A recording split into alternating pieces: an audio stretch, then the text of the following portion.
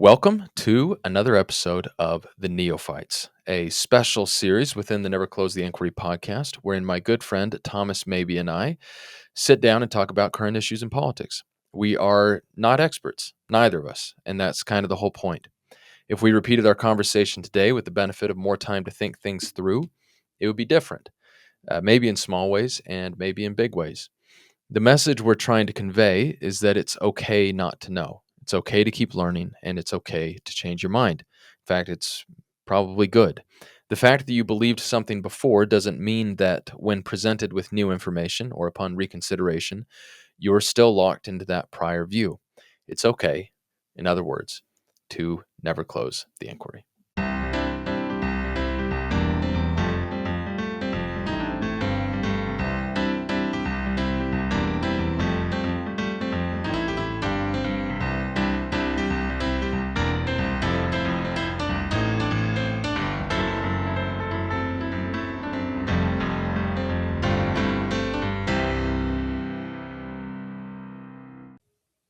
All right. Welcome to another episode of the Neophytes. It is Tuesday, August 18th, 8:25 proper time, which is Mountain Time, PM.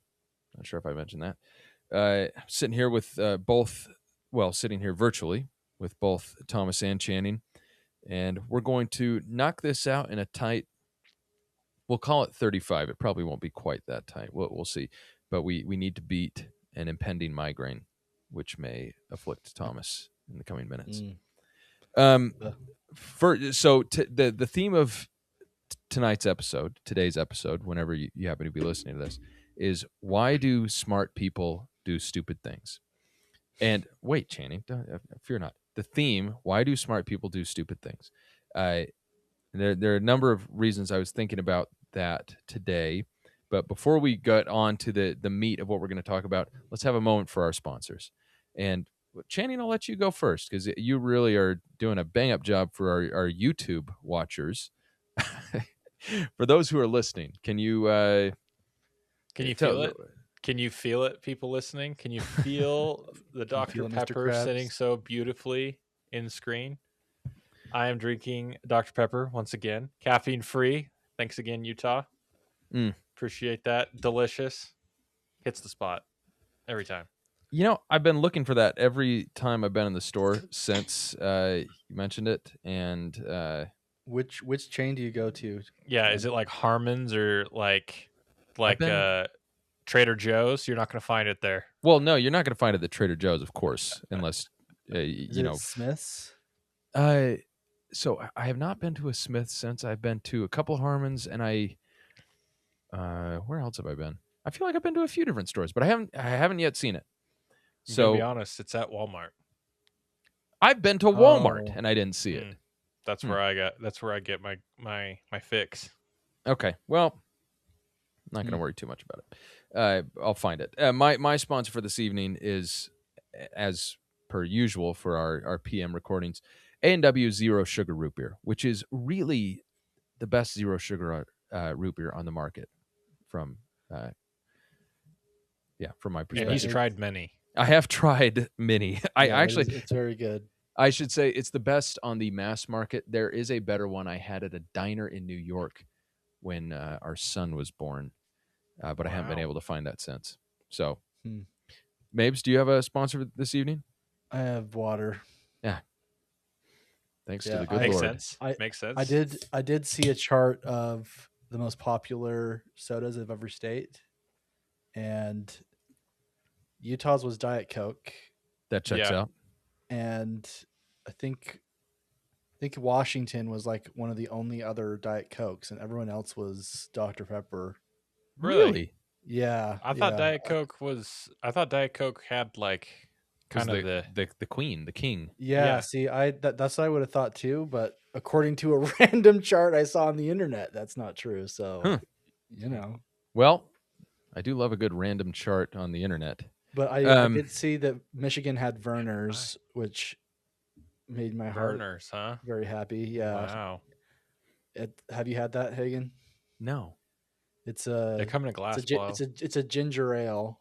Oh, and okay. It's Verner's?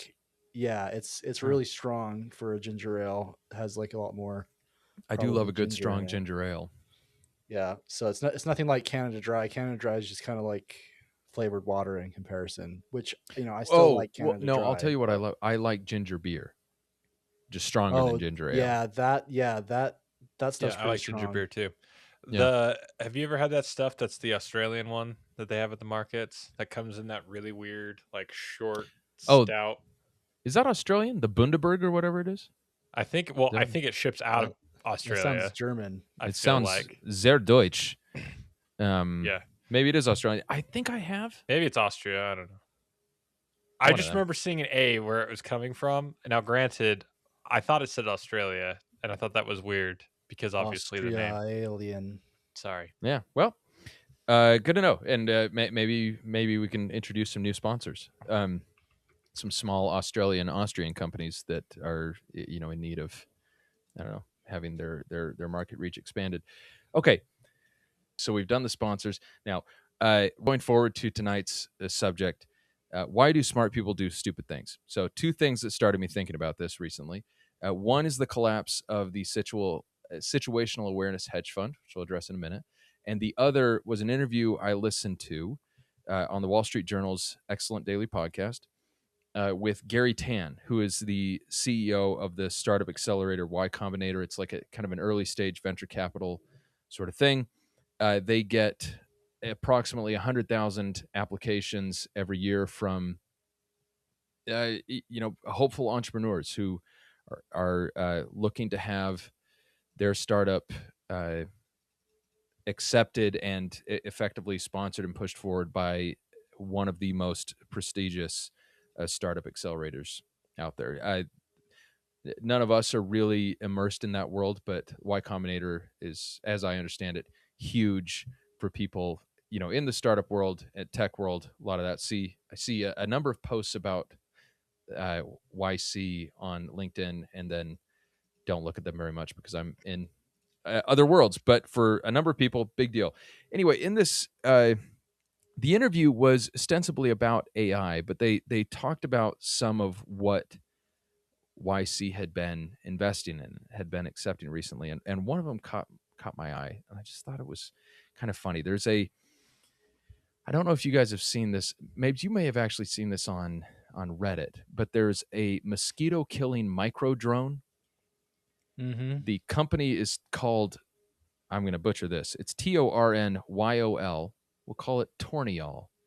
But yeah, so they're selling a mosquito killing micro drone. It has an effective radius of, I think, 25 or so feet, and it's able to sense mosquitoes' unique flapping rhythm or something. It's able, allegedly, to sense something about mosquitoes that they then latch onto, and then they go fly their little blades into the mosquito, killing the mosquito. And apparently they just do this to mosquitoes and are not doing this to other small airborne creatures or household pets. So a couple of things stood out at first when I'm just imagining a boat turbine now. Like, yeah, no, you can watch the video, and this small tiny drone zooms in, hones in on this target they have set up, and then flies straight into it, and it kind of explodes. It's pretty cool as far as those things go. However, as I was listening to this, I was thinking, okay, I feel like we have fairly effective methods of killing mosquitoes already. Like you hang up one of those zappy lights, which you can probably get at Walmart for like $12. You hang it up, and then the mosquitoes see it and they fly into it. Aren't those like moths and stuff? Yeah, they can kill mosquitoes moths. Fly into those? Yeah. I've never been love to around light. one, so. Oh, we got one recently, and it's just pop, pop, pop. It's killing all sorts of stuff, and much of what it's killing is mosquitoes. Indiscriminately. And it is indiscriminately murderous of small things which are attracted to light. But the nice thing about that is that it's fairly effective and it's cheap, and I figure it might have an effective radius of greater than 25 feet because bugs can see further than 25 feet, and they see that and they think, I'm going to go give that a shot. So they go and they die. So I thought, man, this mosquito killing drone. That just really seems like overkill and like a lot of, really smart people putting a lot of effort into something which is really dumb and not that much better and maybe a lot scarier than what you can just get at Walmart. And I thought you were going to say that smart mosquitoes were making dumb decisions by going into the light, but we could take the podcast in that direction, but that is not exactly what I had in mind. Right. But then I thought, I wonder how expensive this is, because it seems prohibitively expensive, but maybe, I don't know, maybe. No. So they offer two payment models. One is a one-time purchase and one is a subscription plan. So I want to contrast this again. To get one of these Zappy lights, I'm not even sure it's $20. Go to Walmart, get a Zappy light. You want two Zappy lights, presumably you double whatever the price is. 3, and all you need to power these is... They probably have 2 packs for sale. You could, yeah. Get a discount. Could be. Yeah. And presumably you could, as long as you have electricity, you could hang multiple lights up and kill anything that would venture into your yard. So a one-time purchase is $1,100. That is to own the drone and its base station permanently, and that includes a 1-year warranty. All right. Or they have a subscription plan, which is $50 a month with no long-term commitment. And anyway. That's a steal. That's a steal, $50. Yeah, $50 a month. Anyway, I just started. I mean, that sounds like something that if you want to look cool in front of your friends and you have a party coming up, you just spend $50 and get your mosquito drone. And get a drone. And hey guys, look at this. And then send it back. I have to say, there actually is another company out there that's currently working on another version of the mosquito thing, which I like a lot better. And it actually is, you set it down, it's a little base station, and it has the same thing where it has a sensor, and it looks for flight patterns of house flies and mosquitoes, and then it shoots a laser and zaps them. And it has like an effective-ish radius of about it's like 15 feet or something. Anyways, so there's something, there's this thing, and I was like, all right, that's pretty cool. I mean, come on, you put up this little mini turret and this thing's picking off. Come on. That's very cool. What's the market for this sort of thing? Who's buying this? I would think about it. If it actually did what it said it did. Now, granted, if it Jenny, let's say that this is $500. Yes. How are you going to sell to your wife? Listen, we're done with the fly swatter. We're done with the Zappy lights. We're getting drones. Yes. No, not drones. I'm talking a laser turret. We're getting a laser turret, and then they just need to combine those two, and then it's like the thing that Luke Skywalker uses to practice. Oh yeah. Yeah, one of those that little ball thing flies around and shoots little lasers.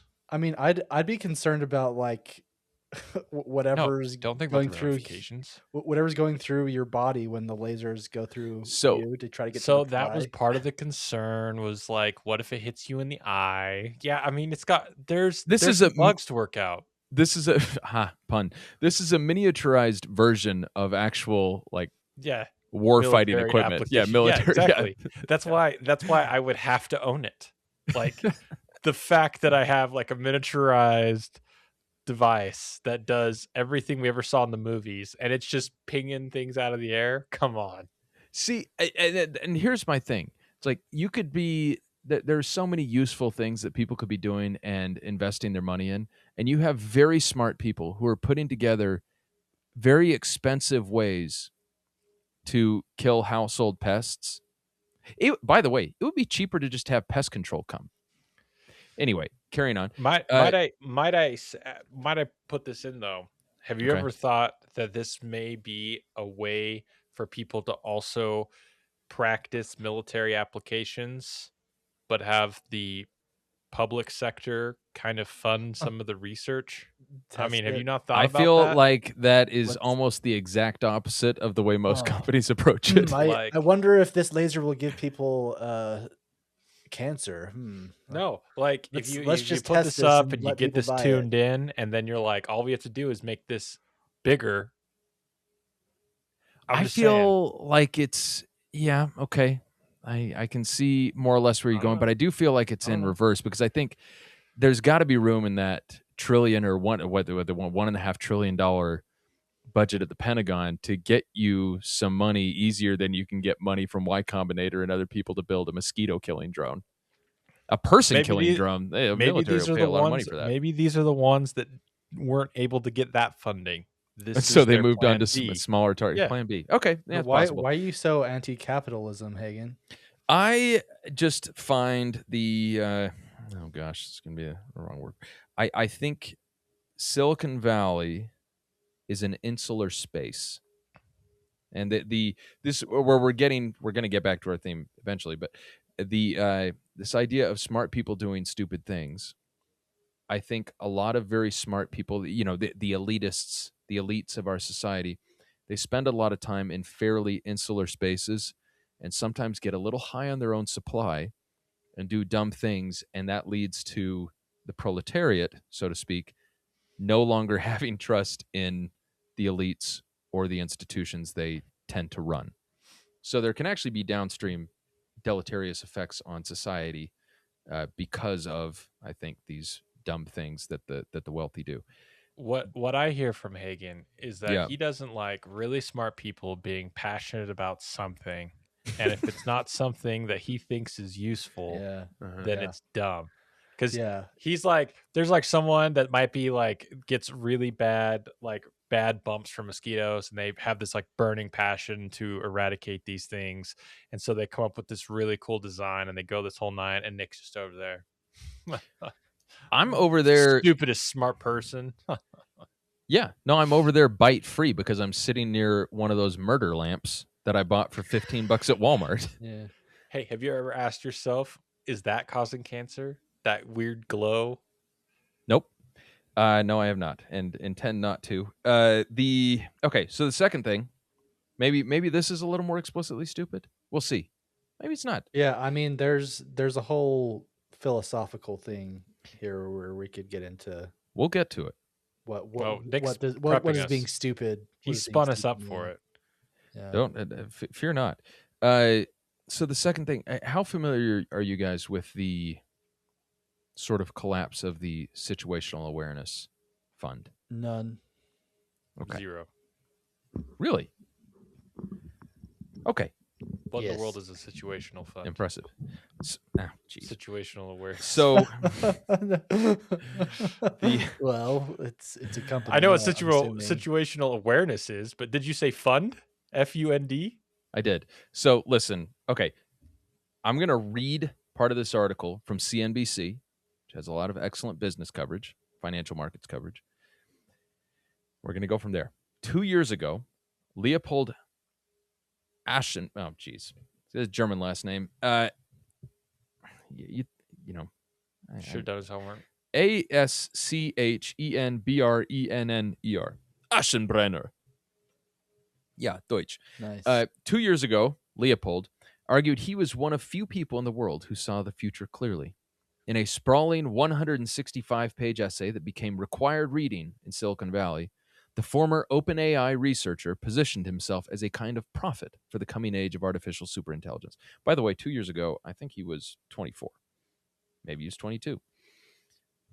But this week, the limits of Aschenbrenner's vision were on display when the AI-themed hedge fund he runs, named Situational Awareness, also the title of his viral June 2024 manifesto, ran into the harsh reality of tumbling semiconductor stocks and Wall Street margin calls. Couple of quick things here. The hedge fund is new, recent. Like he started it in the wake of this essay generating a lot of attention. This young dude wrote this essay. It's basically like AI is really coming. And people are like, give this guy some money. I Back heard to the about article. This thing. I didn't know it was that, like, called that, but I had heard about this. Like, right, the Wunderkind too. Yeah, okay. Yeah, okay. At its peak earlier this month, his fund sat atop $45 billion in assets. By Thursday, however, after being forced to offload all of his leveraged stock bets, including hard-hit names like SK Hynix and CoreWeave, Obviously, haven't heard of those. To Ken Griffin's. Oh, you have? I've built a computer twice. So. Oh, nice. Good job. All right, there we go. We got our tech correspondent. You both are kind of tech Mapes knows correspondents. more than me, but yeah. All right. Okay, Mabes, you can add that to your resume along with Reddit correspondent.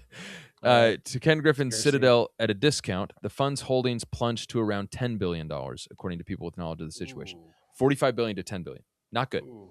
The story of Aschenbrenner's meteoric rise and sudden fall has captivated both Wall Street and tech circles, making him the most high-profile casualty yet of the volatility accompanying the AI boom.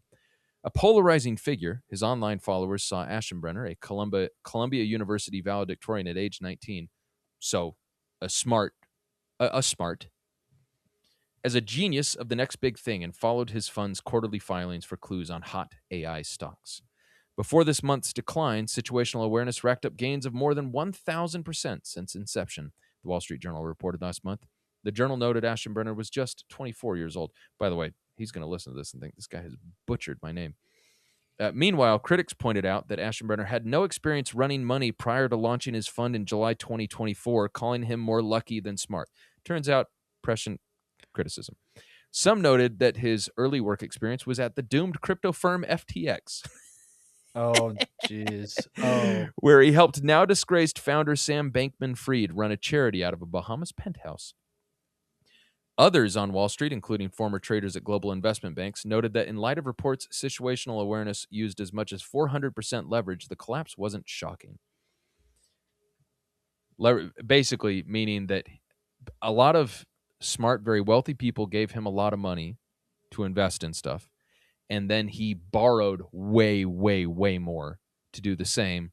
And then as stock prices tumbled, in which he had invested, now he's screwed. People want money back, sort of thing. Yeah. Tough. 400% leveraged. Wow. You got to be pretty confident in your investments there is no leverage going up like back. that. There is no. That's all gas. So no steering wheel. It's funny. It's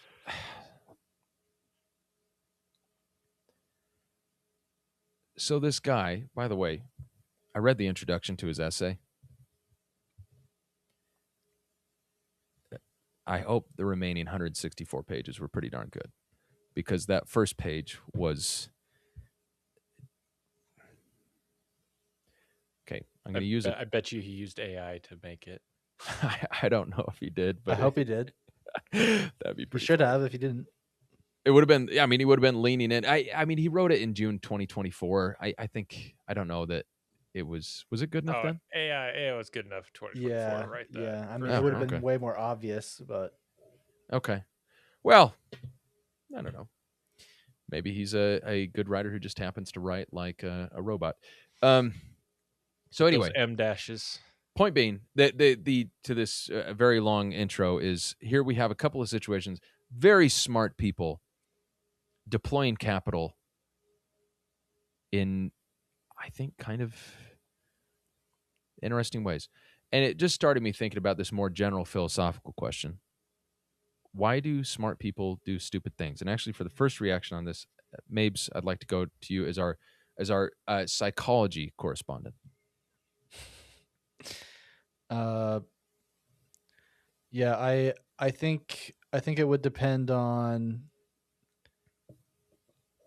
if, I guess, first of all, if Channing were to go out and buy a whole bunch of stock in this, I might question him. So can I ask you a couple of quick follow-up questions? Yes. Specify what you mean.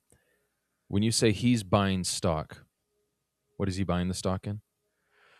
An AI craze Okay. of some kind. So not necessarily, the one that we're talking about specifically here. Little does he know I'm leveraged up 400 times into right. Anthropic. So if Channing was basically gambling his life savings and his family on AI, I'd be tempted to call that stupid. Okay. But knowing what I know about capitalism and hedge funds and all that type of stuff, usually they have a pretty good golden parachute going on where they end up with the majority of, maybe they lose money, but they don't get destroyed like the little guy. But I think people just get caught up in the craze, and there's a reason for that. I think it was Korea had like an absolutely insane stock market increase over the last couple of years because they have some chip companies, and it was I don't know the details enough to give specifics, but it was doing so well that there were so many people that were wanting to get into the stock market that they basically begged the government for like a really horrible deal where as long as the stock keeps going up, they get returns. But if it ever goes down, then they lose everything. And of course, that's crashed and gone up like 3 or 4 different times. And I think people have, in regards to this particular situation, there's definitely a fear of missing out where if you didn't get in at the beginning, then you feel like you need to get in now. And so there's probably a lot of investors and people that think, well, surely this is the next big thing, so I have to get in now. And it is interesting that people would trust and follow someone that's really young. But there's so many people pushing everything having to do with AI, and yeah, I know that I didn't really get into the psychology there, but no, that's so let's break it down into it, because I think there are a few different very smart parties that we could credibly accuse of bad judgment. So let's break it down. So let's first we're going to call him Leopold, to avoid saying his last name. But you've got him. So he's clearly very, very bright, like probably a level of, intelligence, the likes of which you can go through your life without meeting someone that smart. Okay. So he has a good idea, and maybe he's right generally about that good idea. But being a very smart person, maybe he's, he gets a little high on his own supply. He's convinced he's right. He writes this essay. People are moved or convinced by it, and has this idea, okay, I'm going to invest. And now all of a sudden, a lot of people are giving him money. They're giving him their money. They're not giving him his money. They're giving him their money to go make bets on this stuff. And he, by this point, pretty much immediately is going to be wealthier than any of us is ever going to be, unless this podcast really takes off. And something you said, maybe it started me thinking about some of the differences between my legal practice in New York and my legal practice here, and the perception of risk. Because there in New York, the dollar amounts for everything we did were much, much higher, many multiples, exponentially higher dollar amounts.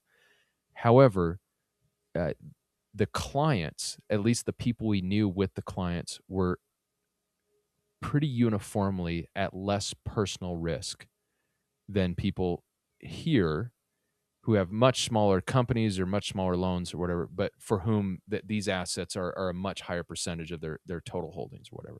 So it's like, if you're representing a public company, even one which is going to go through a bankruptcy, perhaps generally if you go through a successful bankruptcy, very few people will lose their jobs, or if they do lose their jobs, it's people who probably would have lost them anyway, like a reduction in force because some product didn't work. Same sort of thing that can happen outside the distressed context.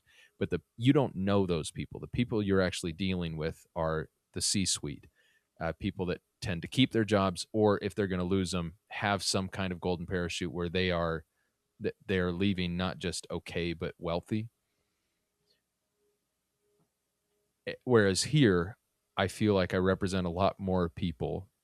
It's not everybody, but a lot more people where you're talking about their livelihood, or something where like a business bankruptcy won't just be some kind of fun thing. It will be accompanied by a personal bankruptcy, and people can really go through the ringer emotionally, psychologically with a personal bankruptcy, because you do see people go from having bona fide wealth, again, more than we'll ever see, to having nothing and needing to sell their homes, and now having some relatively small sum to their names.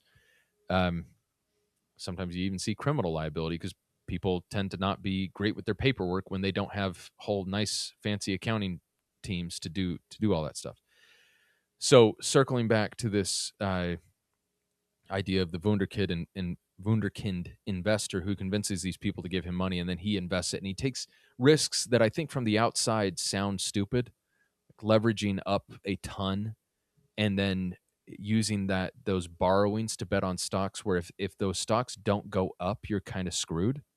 Like if the stocks go down and banks issue your lenders issue a margin call, and you all of a sudden need to either have a bunch more money in the account. By the way, the movie Margin Call is fantastic, about the early days of the financial crisis. Really excellent. Is that Unbelievable with cast. the Office guy? What's his name? No, you're thinking of The Big Short. Oh, okay. Also excellent. But both movies about the same thing, but from a different angle. The Margin Call is Jeremy Irons, Simon Baker, Stanley Tucci, Zachary Levi, I think. No, not him.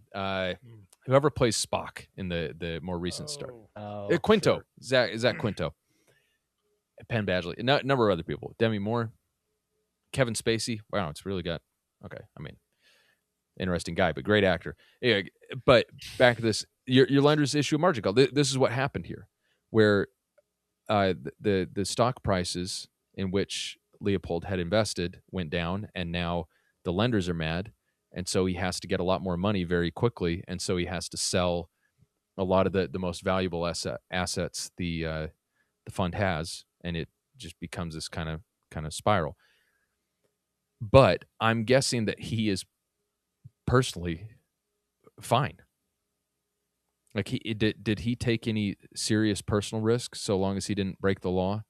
Probably not. I think he gonna come out of this with a ton of money. Adam Newman of WeWork fame ended up a total disaster and ended up a billionaire after. Sam Bankman-Fried, prison, a little different because he committed federal crimes. So as long as you avoid federal crimes, if you can do one of these things where a bunch of rich people will throw a bunch of money at you, you're going to be fine. Sam Bankman-Fried, good gosh, FTX. Or you could be I'm like a crypto skeptic. That crypto scheme guy that got pardoned by Trump twice. Ah, yeah, but the Binance guy. Yeah, right. The forget his name. That's another way out. Yeah, no, that's a particularly weird-looking golden parachute. Yeah, they get pardoned by the president. I'm seeing like Trump's hair. Like they're holding Trump's hair above their heads as they fall down. Let the record show that Channing is not laughing because he is biased and secretly loves all of President Trump's pardon power that's usage. What it is. Yeah, that's what it is. I love that. But anyway, so I look at getting back to the psychology of this. So on the part of Leopold and people like that, people at the center of the scheme, so to speak, maybe they just, one, get convinced of their own rightness, and then two, lose it. They are detached from the actual risks of what's happening. They have no personal risk, and so they're willing to take crazy risks with other people's money. Because if it works out, then they, now you're a bajillionaire. But if it doesn't work out, you're a millionaire, and there'll be a bunch of articles about you, but you'll probably be able to start over. Like imagine someone that is like that plays poker online, but they don't have real money behind it. Like they have like a back door or something where they don't actually spend any money, and they can just do crazy things all the time. And if people don't call them on it, then they make money. And yeah, if there are people that are separated from the risks, they can kind of do as they please, and didn't really care. And like there was like a huge once online poker was a big thing, there became like two types of poker players, where there were like the old guard that were like, playing kind of both sides, being conservative at times, being aggressive at times, like trying to play the odds the best they can. Mm-hmm. And then there were these like really young kids coming in that, grew up addicted to gambling, and we were just gambling all day. Some of them losing insane amounts of money, but the ones that like ended up finding where they could take advantage of other people by just being super aggressive got really good at it. And so yeah, there's something to be said about perceived risk to somebody's where it's just like if they find a way to take advantage of it, they'll do it. I have two quick thoughts there. One is about the president, where I think President Trump has this reputation as a great risk taker, and I think that's not quite right. And I think the reason that he tends to put a strong foot forward and then kind of chicken out, so to speak, or kind of soften things. Trump always chickens out. I think that's because he really is not much of a risk taker. I think that I wouldn't necessarily stick the landing on all of this argument, but I think he is much less of a risk taker than people think, because I think he just has a deeply idiosyncratic sense of what is a risk to him. And Trump University, he's done Trump stakes. He's done a lot of strange things. And I think a lot of the way he is, I think he was trained, whether you say well or not, whatever, he was trained, I think, from a relatively early age by a powerful and very successful father. And then he had a powerful and very successful mentor in Roy Cohn. And I think it did impact the way he looks at the world. And I think he has a very different sense of risk from the average person. But that's more of a subject for another day. The other thing I was thinking in terms of detachment from the risk, I bet, I'm not totally sure this is true, but I would imagine that people, maybe one of you would know the answer to this, but I imagine they get a lot more spendy when they have a credit card as opposed to if they have to buy everything with cash. I don't know if that's true, but you're separated from the actual like passing over of those sweet dollar bills. When you just get there's definitely a difference between like if I go buy a burrito at Beto's and it's $15. Yeah. If I had to actually hand money over, I'd probably be like, what am I doing again? Yeah. F this. Instead, if it's just an instant transfer, they ask you for a tip, Yeah. So yeah, sure. What's another dollar or two? Yeah. There's definitely there's a reason gaming companies will obfuscate the actual cost of things by giving you some kind of fake currency. So you'll pay $10 and get buku bucks at some game. That's really interesting. And then they'll price things that will be just over that $10 amount. So it's like, oh well, man, if I spend more money, then they'll give me a deal where I get extra points. And so instead of spending $10, you're spending 20, and you think you're getting a deal because you're getting extra points to spend on something. And then you buy that thing, and then it's like, oh man, I got 700 points to spend, but this next one's, like 1100. So, but last time I saved so much money by buying the bigger one. I might as well just spend like $50 because I know I'm going to get stuff in the future. And because it's like hidden and not actual real currency, it's psychologically like much more acceptable for people to spend that money because it doesn't feel as real to them. Have both of you are long time gamers? Have you both spent money within these games as you described? Oh yeah. Never. Just kidding. I am pretty free to play.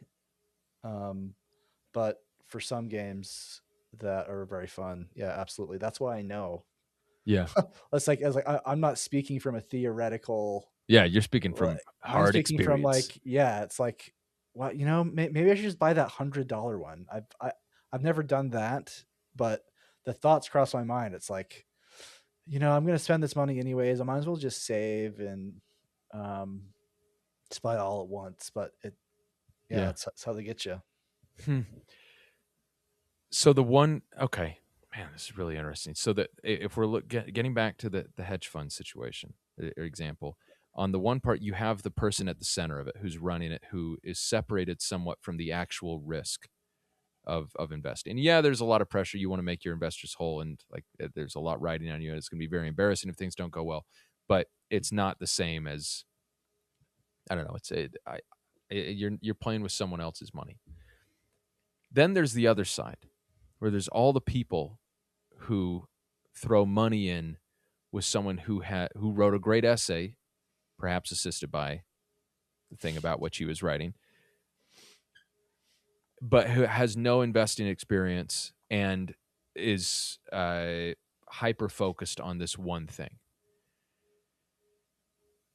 And one smart person puts in money, and then you have this whole like cascade effect where a bunch of other very wealthy people, who presumably are very wealthy because they did fairly well in some related industry or somehow ended up with a boatload of money, they're all putting their money in. And I think this idea, so maybe it happens, it's like a two-step process. Is one, you just need to convince one person that other people respect to put money in. And then based on that person having put money in, now you can go to others and say, well, listen, maybe Ken Griffin or whoever put a bunch of money in with me because he put a bunch of money in. Yeah, and he's great. He's got Citadel and he's a gajillionaire. You should put money in. I'm like, oh, well, if Ken put money in, yeah, I think I will. And then there's that there is FOMO with money. There's a lot of money or a lot of FOMO with money. And just to tell you a few times I've had it, when Bitcoin and crypto kind of first started really exploding into the mainstream consciousness, I'm never early with anything. But when it first started exploding, I feel like this is like the 2014 to 2017 range. And, it's like, man, I feel a little bit dumb that I didn't buy into this thing that I had heard of a couple of years ago. And turns out, for the price of a pizza, I could be a billionaire. Like that's, dang. And the happened most recently with SpaceX, where SpaceX has its IPO, and then people were like, oh, our friends are texting, like, I bought a little SpaceX, or should we buy SpaceX? And I start to think, oh, should I buy SpaceX? Meanwhile, my default starting position, had I not listened to anybody else or been influenced by our friends, is don't buy IPOs, because it seems like vast majority of the time it's going to be down. Maybe it'll eventually go up, but it's going to go down within the next couple of weeks. So if you actually want this particular stock, hang on for a couple of months and then buy when it falls. And then also a lot of these companies that are IPOing, their stock is not like a long-term rise in their stock is dependent on a number of things which they have not proven yet. And one of, there have been IPOs of companies that are pre-revenue. It's like, man, if they start making money, this could really, just shoot to the moon.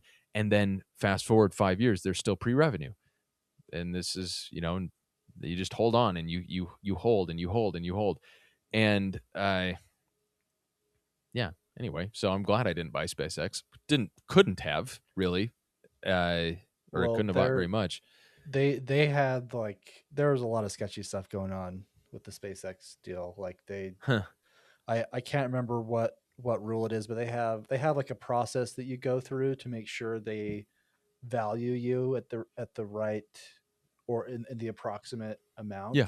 Mm-hmm. And they didn't completely forego that. Or I don't know if is that a word, forego? Sure. Yeah. You can also make up words on this podcast. That's fine. I've done it before. Yeah, Channing does it. Epitome. Channing, our word correspondent. Yeah. I prefer they didn't wordsmith. completely go over that, but they had like a significantly shorter amount of time, so Huh. its actual value was much more of a question mark. So and that type of situation to me, like I'm sure lots of powerful people lost money on that, Mhm. but I'm sure a percentage of them got it early and sold it real quick and made a lot of money. Oh yeah, I mean the people who the people who made money on the people who make money on IPOs, who really make money on IPOs, are the people who own the company before it goes public, or own Mhm. parts of the company before it goes public. That's how you. That's it, like it's shorthand within the startup world. I have some relatives who are kind of in the startup and innovation world, and it's like the way you talk about people is either someone started a company and sold it, or if they start a company and then it goes public, those are the people who really, really make it. Like you can do that and then you don't really have to work again if you don't want to. But yeah, interesting. Not sure where to go with that. So basically, what we're talking about are these very, very human things. So if we boil it down, we got two sides on one, and maybe there's one person in the middle, and then everyone arrayed outside. So two circles. And in the inner circle, there are people playing with other people's money, so they're separated from the risk. And the outer circle, you have people who are worried that they're going to miss out on something, and so they're making they're making imprudent decisions because of this kind of they're just scared of missing out. And those are really very basic human impulses, I think.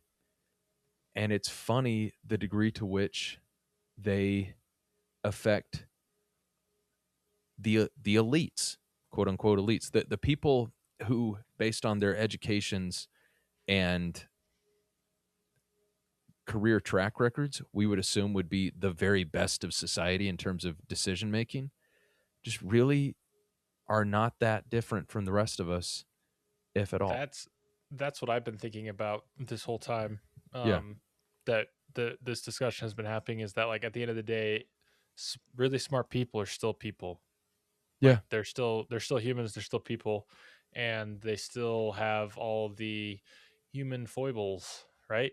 Like they're prone to so many different things that cause us to view the world differently and to act differently or whatever.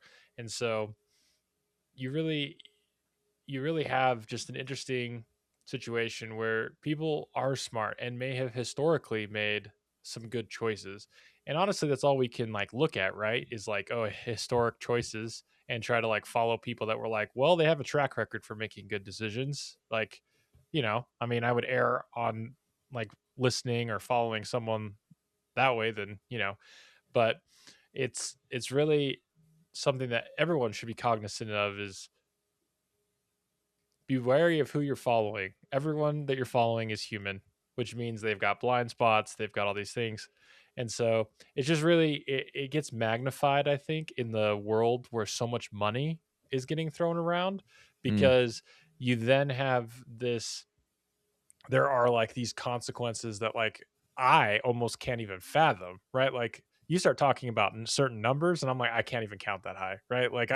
I you get over $100 and it's like, oof, I don't have enough fingers, and toes. I gotta figure out other things to use.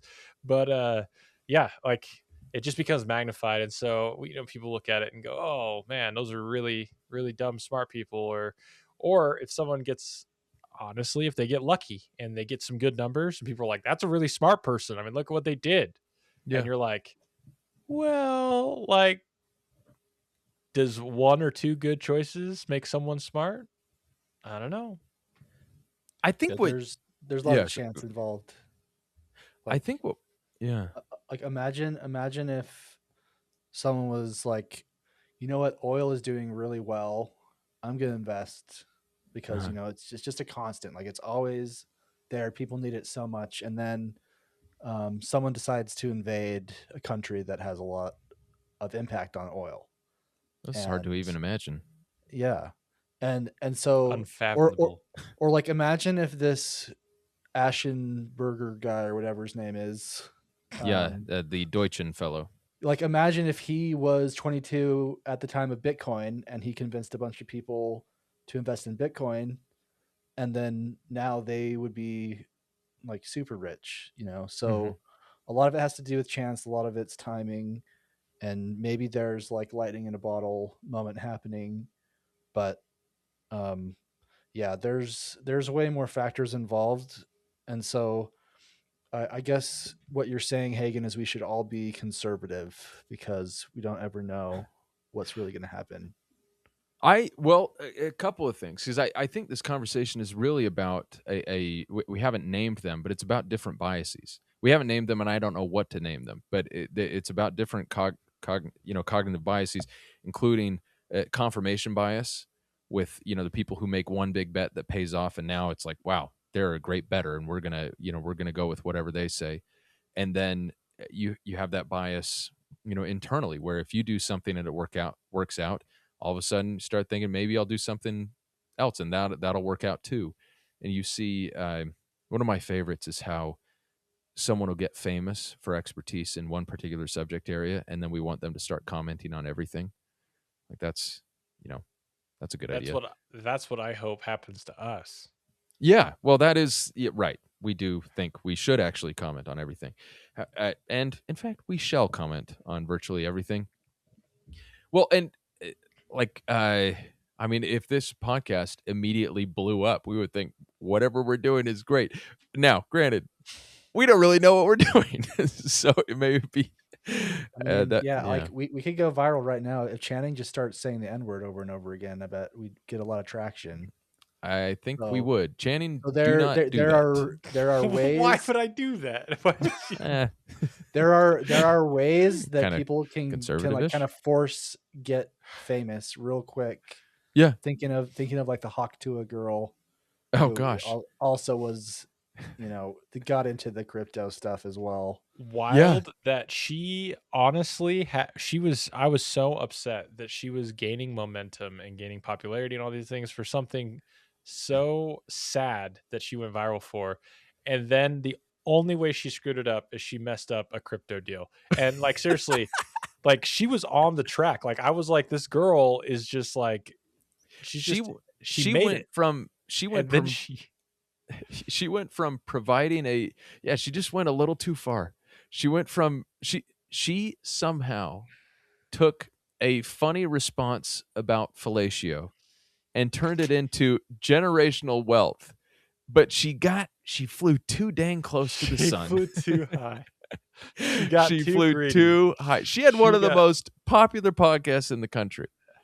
And which is that's going to make you a lot of money. And then she did the crypto thing. A smart person doing a stupid thing, Smart person. She wasn't smart in the first place. Triggered Chad. You don't know that. Love it. Maybe she is. Yeah. What she did wasn't smart, is what I'm saying. The crypto thing? Yeah. No. Well, yeah, obviously that. But the original thing that made her blow up. I mean, I don't interesting choice of verb. Anyway, moving. Oh, dang it, we're gonna do an explicit label for that. Moving very on. Moving so on. So the question I think for us, and Mabes, I think you were getting to this. Actually, one of you was getting to this. I forget. Question is, how do we? Oh yeah, Mabes, it was you. How do we prevent ourselves from falling into some of these traps? And because I don't think across the board conservatism is necessarily the right answer, or if it is the right answer, it's not true all the time, because there is what we're talking about with conservatism here. We're talking about being averse to risk. So one, without if you're not willing to take risk, you do kind of cap the potential returns. And that's true obviously in investing, but it's also true in many arenas. With no risk, there's no innovation. There's no there's no going outside the structure of like what things are, so you keep status quos, all that entails. I'd go far beyond that. Without risk, there's virtually no development at all. To get into to develop friendships, to develop romantic relationships, all of these things entail risk. To make bets on there is nothing that does not involve some measure of risk, and to a degree, that's what capitalism is based on, right? Like the belief that if I risk myself and my efforts, I can receive rewards, and dividends is is honestly a pretty foundational kind of just ethos, I guess, of people here in the United States, I guess, is kind of like, I don't know. So what I'm trying to say is like risk is inherent, and like you can't get rid of it. And it gets even harder of like, how do I make the right choices in risk? Which is hedging, right? Hedging is always the best way, right? You take a risk, and you also are doing other things that can hedge against, risk, different ways. I mean, that works in obviously money, in but finance, that works in all other in other aspects of life. Yeah.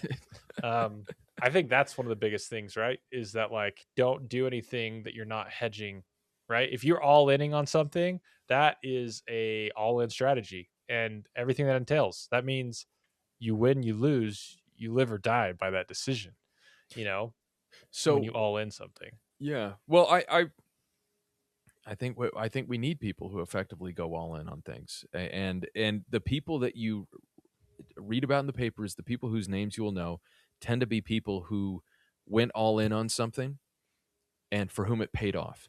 The people we never read about are the people who went all in on something and it didn't pay off. Sorry. I think we'd have a fun podcast on just that topic alone, because people always talk about like, to truly be successful, you have to all in, right? Like in certain things, you go in all in on it. And especially when it comes to innovation, right? Starting, innovating something like a business or whatever. Yeah. And I think it'd be interesting to talk about how many people that never made it, right? They spent the life of giving it their all inning on different ideas or things, and just like it not happening. And the consequences of that, right? Like the consequences to their life, to the people that were around them. I don't know. Like, I think it's just a really interesting two sides to it, because I know lots of people who all in multiple times, right? And honestly, they were a huge drag on their relationships, on people, because people were trying to support them and all these different things. And at certain points, you're like, just take the road to like support people, like to give back and all these things. And people who are like, well, I can't, I'm too indebted to people. I'd never be able to pay them back, and all these kind of things. And so I have to make it. And they keep doing it. I don't know. It's a really interesting concept. Like, for every person that we ever talk about, there are thousands that didn't, so yeah, it's just, yeah. And so it or is hundreds. I don't know what the proportion. The greatest is, lie of capitalism. Oh, I mean, for the people we talk about, there's definitely thousands. Oh yeah, for the people that everyone talks that we talk about. That we talk about. I mean, you guys clearly don't peruse Wall Street Bets Reddit, because there's these hilarious posts where these people put up just unfathomable amounts of money. Like I saw someone a couple days ago that had put $500,000 into something, and they were left with like 9,000. Oh my gosh! And those posts happen like pretty regularly. And of course, some are probably faked or whatever for likes. But yeah, people lose big all the time.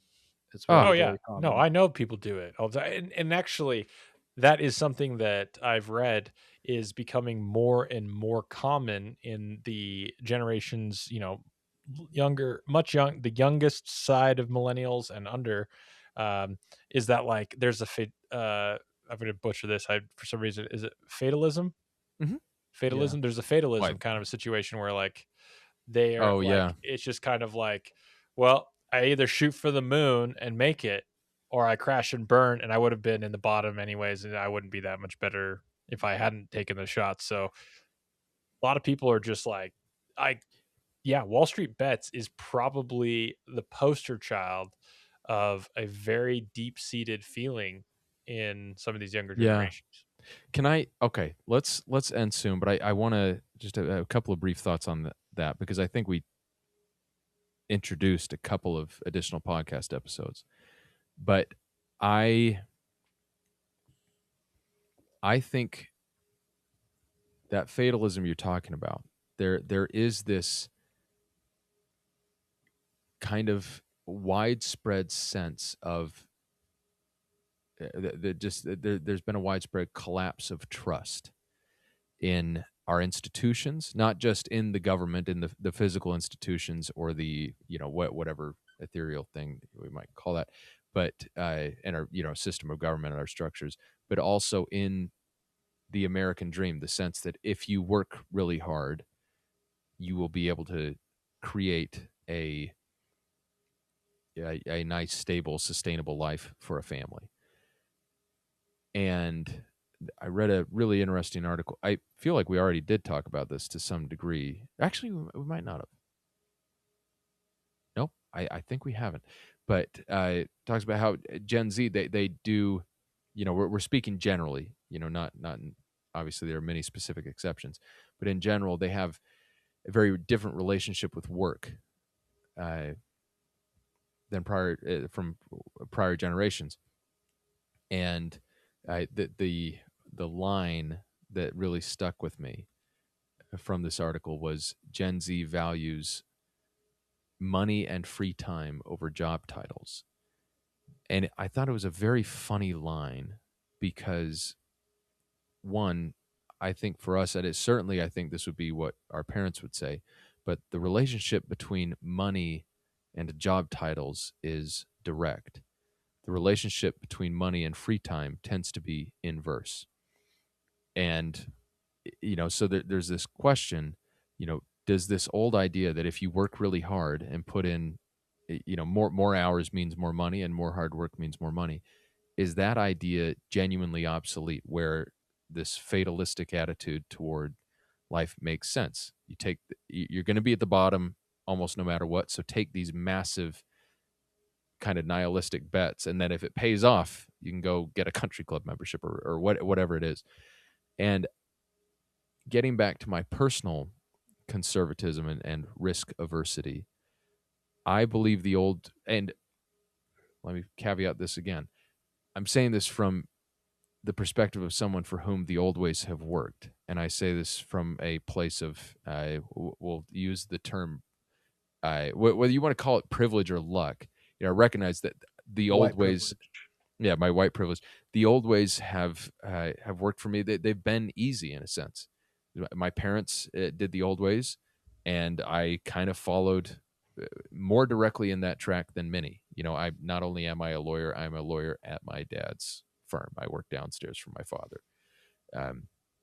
and so, but I have been left with this belief that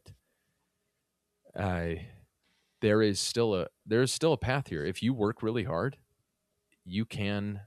It does require some luck, but the harder you work, the luckier you tend to get. And if you work hard and exercise reasonable prudence along the way, and don't take a ton of risks where your downside is your life is over or you lose everything, then you can end up creating a stable, sustainable life for yourself and potentially for a family. And getting back to the subject of tonight's episode, I think what we would like the takeaways to be, and you guys can correct me if I'm wrong on this, but I think it's kind of the fundamental premise of the podcast, is that to never close the inquiry. It's the idea is remaining curious, and curiosity is the ultimate.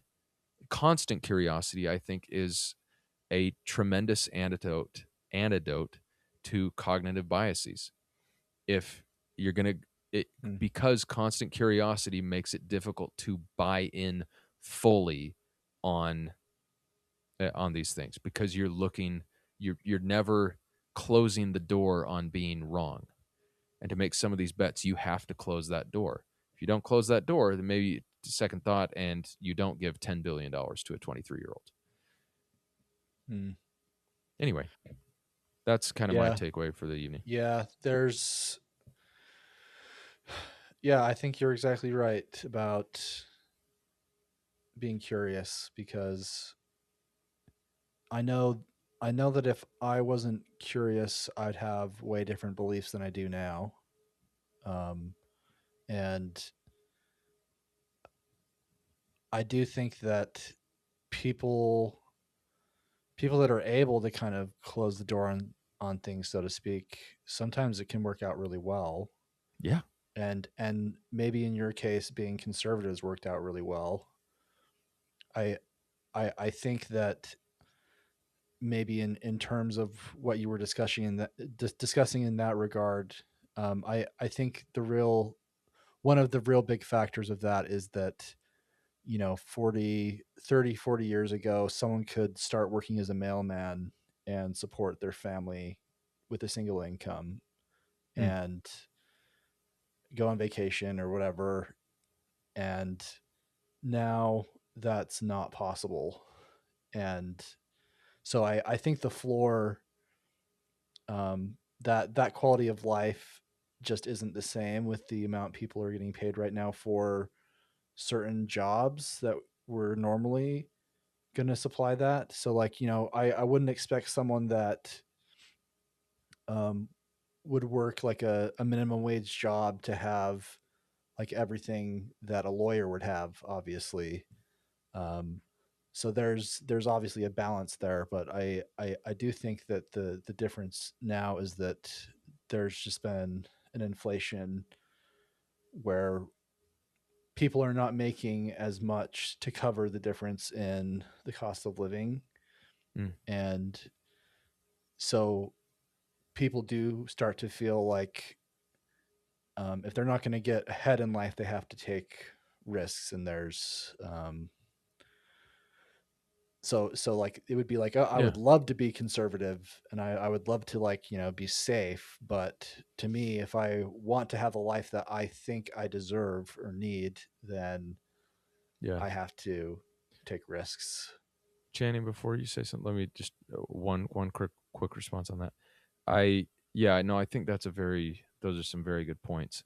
And I would say, going back to myself briefly, the way I got to where I'm at, there were some stretches where I was doing very dumb things, or imprudent things.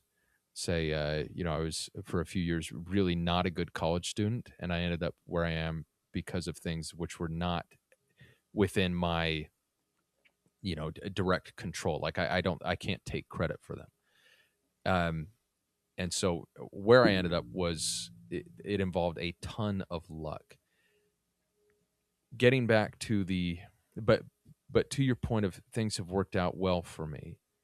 I think the path that I have gone down, and it's the same path my dad went down, and the same path my mom was on. My mom was an accountant. Same idea as my dad. Go be a professional, something where you can hang out your own shingle.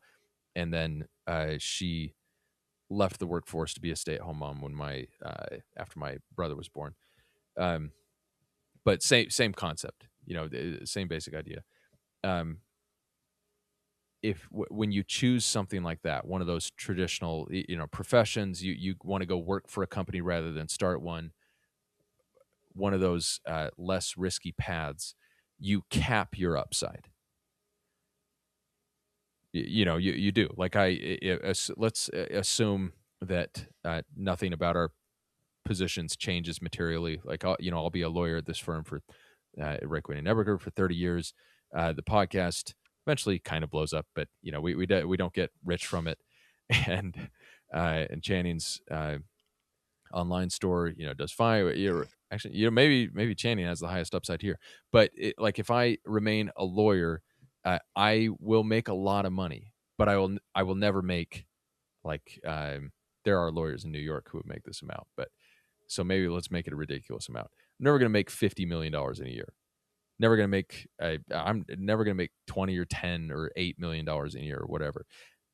These crazy amounts you can make if you're willing to take a lot of business risks. I have a client I was got to play golf at a client-owned golf course last week, and the client, about our age, and started out on one of those professional tracks, but much higher risk tolerance, went from making several hundred grand in private equity to making 80 to 90% less than that for a year, starting the business, and then a little bit more, and then a little bit more, and now worth I don't know how many tens of millions. So if you're willing to take the risk, the upside is there. If you're not willing to take the risk, your upside is capped, but your downside is capped too. And that's kind of that's how the argument goes. Are you the sort of person who's willing to cap your upside to limit your downside, or are you the person who, just sees that upside and can't resist? And we need all kinds. But curiosity can save us from some of the some avoidable risks. There we go. Channing, do you want to have the last word? No, I'm good. Curiosity. Keep asking questions, keep learning. That's the best way to try to hedge any decision making, right? Is to assume that after you make a decision, or as you start making decisions, it's not just set. Keep learning, keep trying to be smart about things. Knowledge can help you hedge by making other wise choices, and risk is a part of life. Try to pick your risk, try to be wise picking your risk, and live with the consequences and be happy with it, knowing that you tried your best. There we go. All right. Thank you for listening. We'll catch you next week on the Neophytes. All right, and that was the interview. Thank you very much for listening. If you wouldn't mind, please do leave a review for the podcast. I believe those are important. And subscribe to the newsletter, which will be linked in the show notes, or can be found at neverclosetheinquiry.substack.com. Thanks.